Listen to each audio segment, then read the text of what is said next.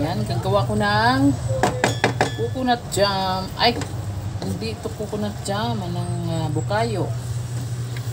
Ang jam pala ay, anong tawag yun? Yan, gagawa ko ng buko. Buko na candy. Buko jam. Yan. Lagyan ko ng tubig para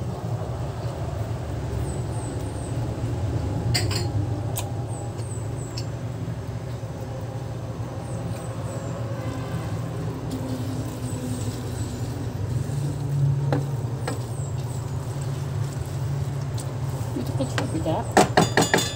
Dito ko sa kabila.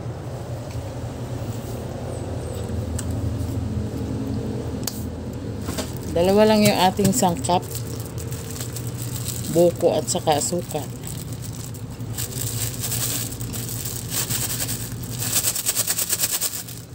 Lagyan na natin ng asukal, brown sugar. Hanggang sa ito ay caramelize. Kinakain akong tinapay. Ayan. Lagyan natin asukal.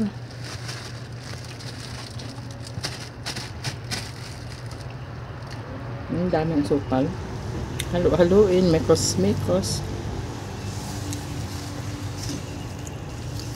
Yan. Mekos-mekos lang hanggang sa matunaw ang asukal. Masarap itong buko na to kasi hindi siya magulang masyado. As in, pang buko salad lang siya.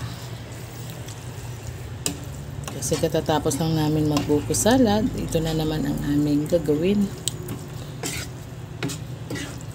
Bukayo.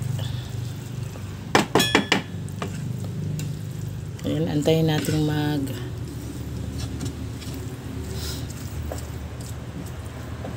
lapot yung asukal. Ayan, pag nalapot yung asukal, that's mean luto na yung ating bukayo. Ayan.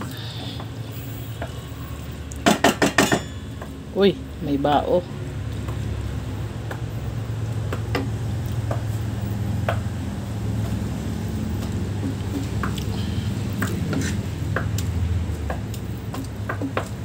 Hayaan muna natin siyang kumulo.